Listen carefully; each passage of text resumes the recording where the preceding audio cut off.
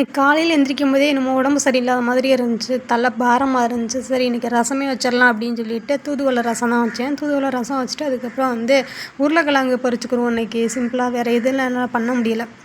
Non veg தான் எடுக்கலாம் அப்படின்னு சொல்லிட்டு பிளான்ல இருந்துச்சு. ஆனால் வேணாம் அப்படின்னு சொல்லிட்டு சும்மா உருளைக்கிழங்கு மட்டும் பொரிச்சு ரசம் வச்சு துவையல் அரைச்சிக்கிட்டாச்சு இன்னைக்கு. ரொம்ப நாளாக பெண்டிங்கில் ஒரு வேலை கிடந்துச்சு. அதை இன்றைக்கி பார்த்துறணும் அப்படின்னு ஒரு வைராக்கியத்தில் இறங்கியாச்சு. அப்படி என்ன வேலை அப்படின்னு பார்த்தீங்கன்னா, நம்மளுடைய செடிக்கு நம்ம என்ன பண்ண போகிறோம் அப்படின்னா, பந்தல் அமைக்க போகிறோம். சம்மந்தமே இல்லாமல் ஒரு இடத்துல விதைய போட்டேன், மிச்சமாக இருக்கிற விதையை. அது பார்த்தீங்கன்னா எல்லா செடியோடையும் அதுதான் இப்போ டாப்பில் நிற்கிது. ரொம்ப படர்ந்து பக்கத்து வீட்டில் உள்ள முருங்கை மரத்துல எல்லாம் இது படர ஆரம்பிச்சிருச்சு. அதை இன்றைக்கி தான் நான் பார்த்தேன். அதோட சரி அது முருங்கை மரத்தையே வளைச்சிரும் போல், அந்த அளவுக்கு ரொம்ப படர்ந்து போயிடுச்சு செடி.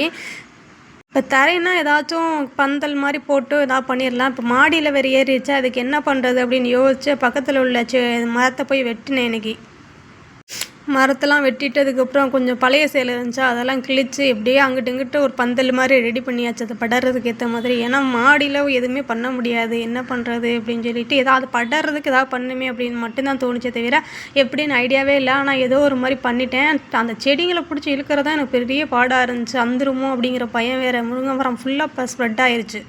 என்ன நடந்தாலும் பரவாயில்ல அப்படின்னு சொல்லிட்டு இன்றைக்கி உடம்பு வேறு சரியில்லை, வெயில் வேறு சரியான வெயில், சாப்பிடவும் இல்லை. சரி இதை முடிச்சுட்டு தான் எல்லா வேலையுமே பார்க்கணும் அப்படின்னு சொல்லிட்டு அதுக்கப்புறம் இன்னொரு பக்கம் பார்த்திங்கன்னா அங்கிட்ட எதுவுமே நம்ம பண்ண முடியலை. அதனால் தேவையில்லாமல் வேப்ப மரம் கொப்பு சாஞ்சிருந்துச்சா, அதை அப்படியே வெட்டிட்டு அதை சும்மா அப்படியே படற மாதிரி வச்சுட்டேன் ஒரு வழியாக.